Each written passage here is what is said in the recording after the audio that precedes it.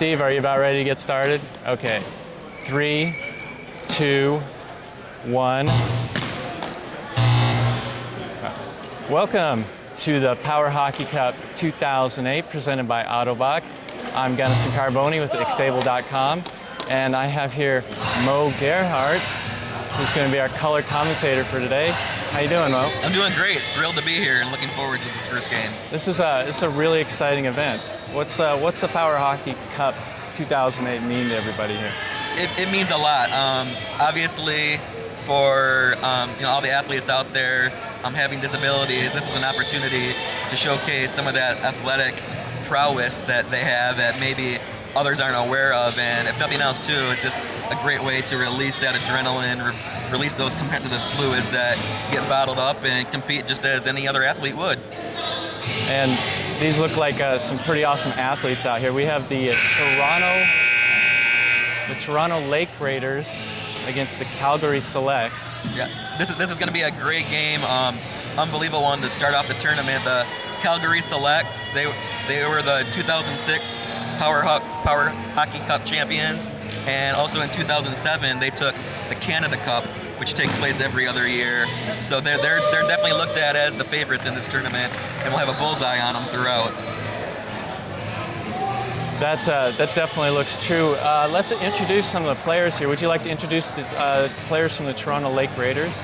Sure. It looks like starting for Toronto today, looks like they're all huddling together for their opening lineups. Looks like, well, I know in goal they have Terrence Ho. He'll be their goalie starting for them today. And who else do we have on the field?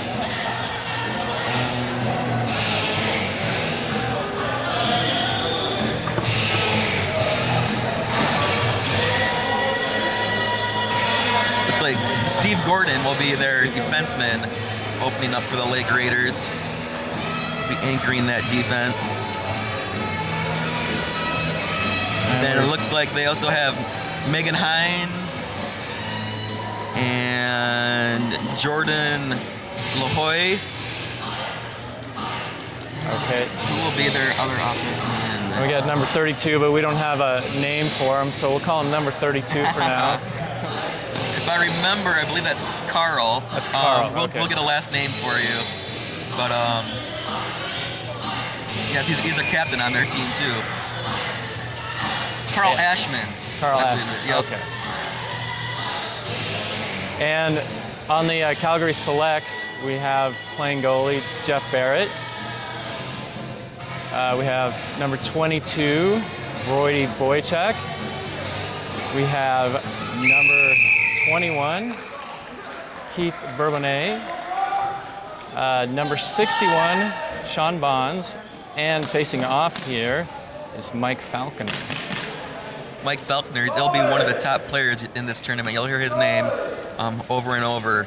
He really looks to score when he's out there on the floor. Just a big scorer.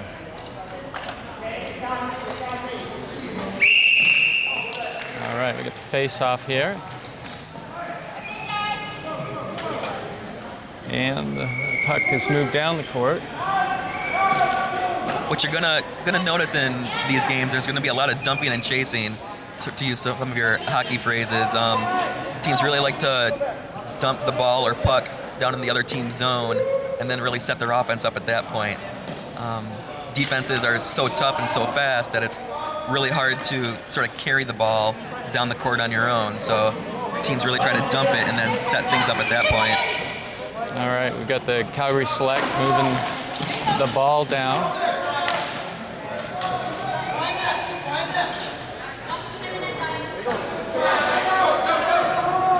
And, oh, it looks like a shot on goal there. And handily brought back down. Falconer's taking it into his own hands here. He's going to He try to use some of looks that like a upper body one-man strength. wrecking crew out here. All right, we have the Toronto Rock now handling the ball.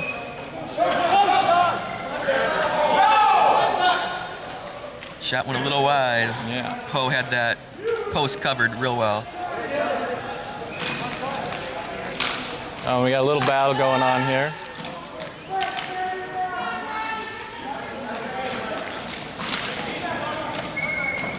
That's when you really rely on your defenders to really use their chair.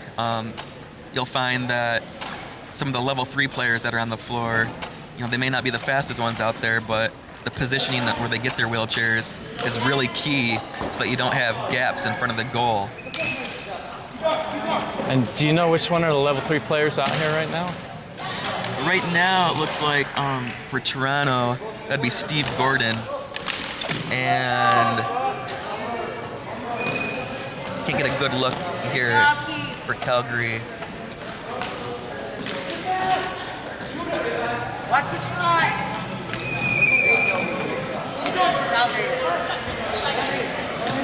All right, we got a little blocking. You can tell too when it's on that center line. Players have to be cognizant because there is an offsides rule, and just like in regular hockey, you can't be ahead of that center line until the ball advances past it on the offensive end. And how does that offsides rule work? It's just like in any gym where at the center court line, when you're transitioning from defense to offense, your team cannot advance the ball has to be advanced over the center court line until as an offensive player you can cross that line. You're actually allowed your front 2 tires to be over ahead of time, but if you were to get any of your rear wheels over that center court line before the ball advances over, the play is going to be whistled dead and a face-off will occur back in your defensive zone. Okay. We got Falconer here. Looks like we've got a delayed penalty coming up. And an interference call. You don't see that too often. Called on Calgary, and I believe he set what would be, almost if you're using basketball terms, an illegal pick. But it's the opposite of a basketball illegal pick. In hockey, you can't stay stationary when you're blocking as a defender. You actually have to be moving along with your offensive teammate to almost set what would be termed as like a moving pick in basketball. So you can't just stand stationary and try to draw contact. Okay. So what's the penalty here on that? So they're calling it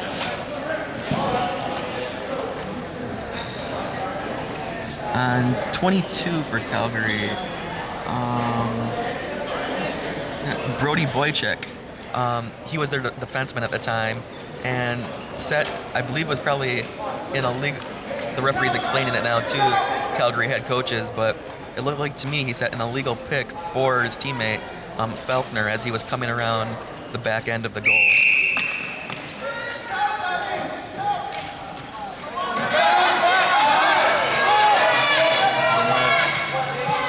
You got the Calgary select taking the ball down.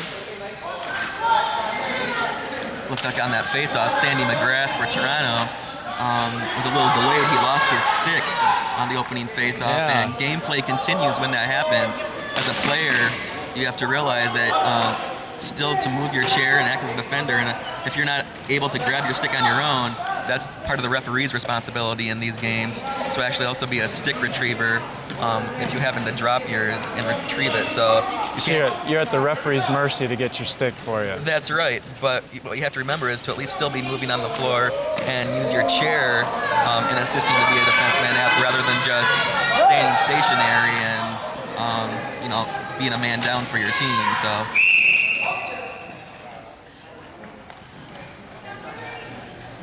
Looks like on this power play for Toronto, they've brought in Michel Dublé, who's one of their top offensive scoring threats. It looks like they're really going to try to force the issue here early in this first period.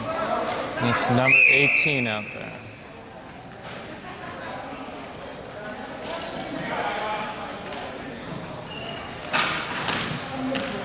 She has real good stick handling abilities, as you can see right now. Yeah. They've put Faulkner on her. Looks like they're just going to try to shadow her. And that's a pretty tough matchup there. That is. And I'm pretty sure you're going to be seeing quite a bit of that throughout this game.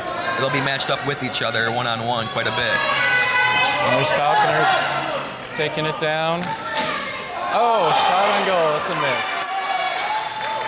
was a nice attempt there. It was. You could tell too on that breakaway, Falconer's chair. It's really got some really top speed on that. That's one thing within power hockey. There's no regulation. No limitation on the speed. That's right. So you'll find a large variety of speeds within chairs.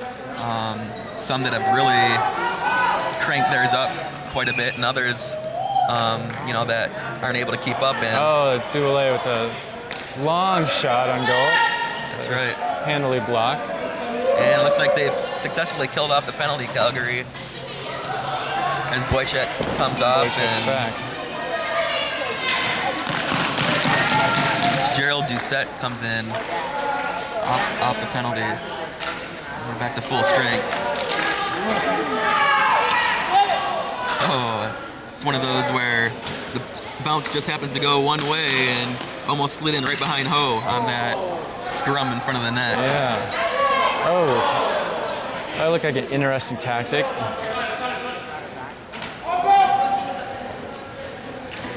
Dublé using that cross the body technique that you'll see some of the players use. She's right-handed. That's how she's holding her stick and reaching across her body with her left hand to control the joystick on her chair. You'll see a couple different versions of how players control their chairs depending upon the side of the joystick, the side that's on their chair.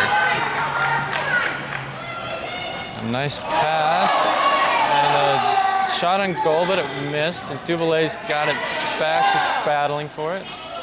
That was a nice pass from Falconer over to Urbanus, but at this point weren't able to connect. Sandy McGrath trying to bring it up the sides, and almost got a triple team going on him there in the corner.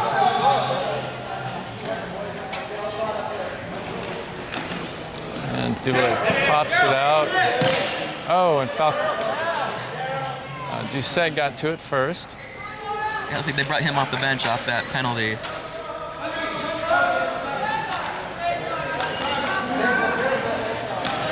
So how important are substitutions in this game? You'll see quite a variety from different teams. There's some that will substitute freely, especially during game action on the fly. Other teams will go with the philosophy that they won't do any substitutions until there's actually a whistle, so they won't get caught with a line shift or get caught without someone back on defense. And there's other teams that, they have their starting lineup and they're pretty much out there for as much as they can handle stamina-wise. So every team sort of goes with their own philosophy. Okay. We got a battle. It's back and forth. I think you'll find with this Calgary team, they definitely have at least their top three starters that will be up there for the majority of the game and sort of interchange some of their defensemen. Whereas Toronto, they really have more of like certain lines that will function together, and they'll make wholesale changes a little bit more than what you'll see from Calgary. They'll change their lines. Okay.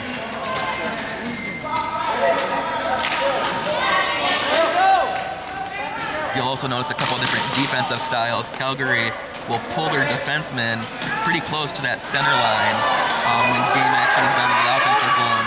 Oh, what a nice play. That is a goal. Number 13, Falconer. You can see on that wraparound where his reaching ability and just his ability to lean forward in his chair really assisted in being able to cut that angle and get that wraparound in behind Ho in goal for Toronto before he was able to back his chair up to cover that post. That was a fabulous shot. It looks like Falconer's going to be a lot of trouble for Toronto today. He is. He'll be a lot of trouble for every team, not just for Toronto, trust me. Come the end of the tournament, his name will be right up there in the leaderboards for goals scored in this tournament.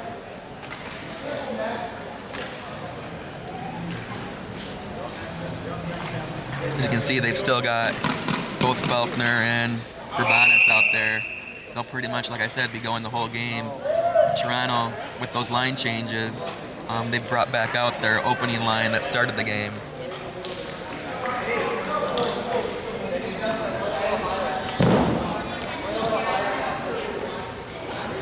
Looks like Toronto has brought out Jack Bedford. He's one of the senior players here at the tournament. He's got a nice hat. That's right.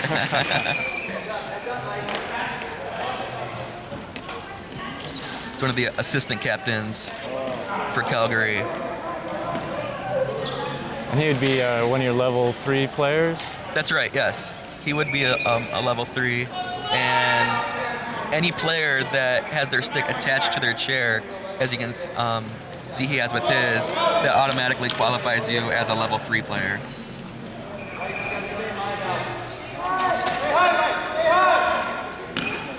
Some of the strategies that go along with that, you were talking earlier, in the rules, every team, you always have to have at least one level 3 player out on the floor at all times. So in other words, you can't stack your team with your top players, which would be your level 1 players. There always needs to be a level 3 on the floor, and at most, you're only allowed 2 level 1 players at one time on the floor. Looks like we have a penalty here. I believe actually the ball hopped over the boards. Okay. So it's just a stoppage in gameplay as they will now do a face-off.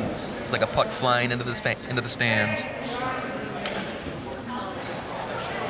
Looks like we've got a slight wheelchair adjustment going on too for Carl Ashford of Toronto.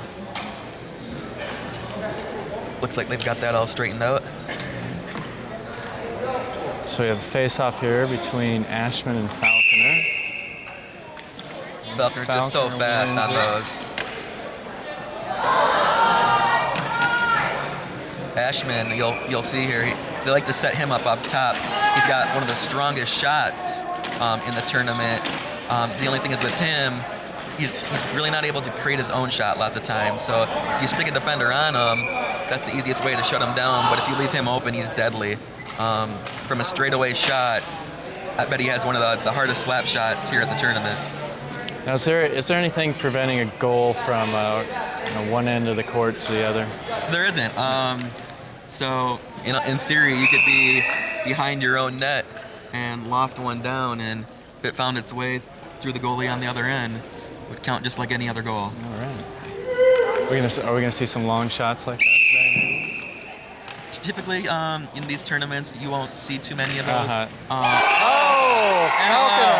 I guess I better eat my own words. That was That's on the blue line there. Yeah, that was behind the blue line, close to midcourt. Falconer, just on his own, creating his own shot there, throwing it on net, and he found a gap behind Ho in net for Toronto. Once again, like I said, I can't say it enough. You always have to be cognizant of wherever he is on the floor, because he'll throw it up there, and just like that, adds another goal for Calgary. That was a great shot. Yeah, they're showing right away here in this tournament why they're the favorites. And they're quickly 2-0. Another wraparound attempt there, that time by Borbanis. Ho was able to get that back post covered this time. You get me once, but you're not going to get me twice, he says. And Falconer is looking deadly here again. Yeah, they were wheel to wheel on that one right there. They really, I think off that last goal, Toronto, their coaches have really said that they're going to stick right on Falconer, not let him get any room. Yeah. Almost got a triple team going on him right now. As you can see right there, the ball got back over half court. They've got to get all their players back. That half court line really acts as an extra defender if you use it properly.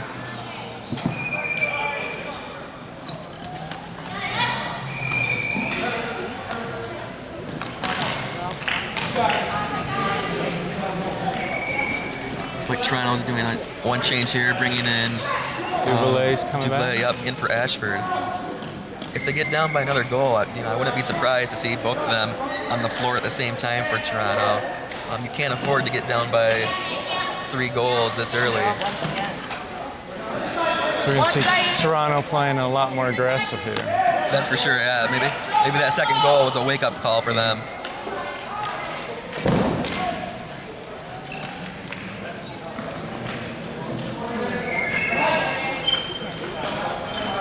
You'll notice too, I had started to mention before that goal by Falconer, but Calgary, their defensive style, they like to pull that defenseman up all the way to mid-court, almost keep him as an extra offensive player to keep that ball in the zone when it pops out, whereas Toronto goes with the more traditional style on defense. They'll keep their defender all the way back in the free throw lane area, even when they've got the ball on offense. It's almost like a second goalie protection You'll see those two styles from different teams during this tournament. Both have their Looks like we have a little injury here on Duvalier. She got hit in the face. So, I missed that. is this a pretty bloody sport? No, I mean, actually, if you see blood, that's pretty shocking. That's pretty shocking, yeah. Obviously, there's going to be those incidental type injuries here and there, maybe like cuts on hands, if they get caught in between two chairs or things like that. But anything outside of that is going to be rare to find. And it actually is in the rules if there is a cut or blood is drawn and the refs deem that it was done intentionally by someone, they are automatically disqualified from that game, and the team receives a 5-minute major. Okay, so that's a big penalty. That's right, yes. And it looks like off the referees here, we're going to try to tighten things down a little bit. We've got a roughing penalty coming. We're trying to see who. Looks like both teams don't even know who it's going to be going. Falconer's going out. Oh, on Falconer. This Toronto needs to really take advantage of this right now. Yeah. They're going to call offsetting roughing. Wow. And Trottier. Yeah, it looks that way. Interesting. So we're going to be going offsetting. That's right. Still comes full strength. Still 4-on-4 hockey when it's offsetting. But nonetheless, that does put Falconer out of gameplay here for the next 2 minutes. And even though it's even strength for both teams, Toronto really should try to, increase their firepower right now and take advantage with Falconer not being able to play at the moment. This is their big chance. They've got 1 minute and 17 seconds left in the first period, and Calgary's up 2-0. Looks like Calgary has brought in C.J. Ginther. He's one of the veterans on the Calgary squad.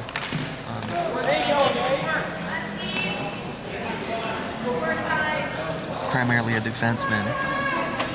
And I wouldn't be surprised to see just sort of Calgary try to just run the remaining 55 seconds of this period out. All right, looks like Toronto's trying to make a little run for it, but Gross-Claus has something else to say about that. He's been all over the ball today. He is. He really plays a great complement player to Falconer. The two of them together, quite the duo.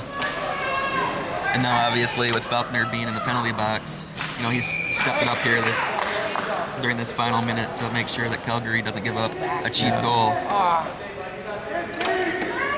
And we're nearing the final seconds of the first period here.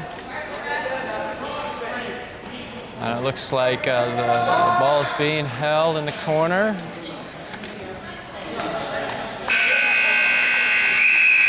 And that's the end of the first period. Calgary select up 2 to the Toronto Lake Raiders at 0. We're going to have to see Toronto come back and play hard. They're definitely not going to give up. That first period, a lot of the time, it's just a matter of getting those jitters out of the way. So we're still in store for a great final 2 periods. Okay, we'll be back in a few minutes.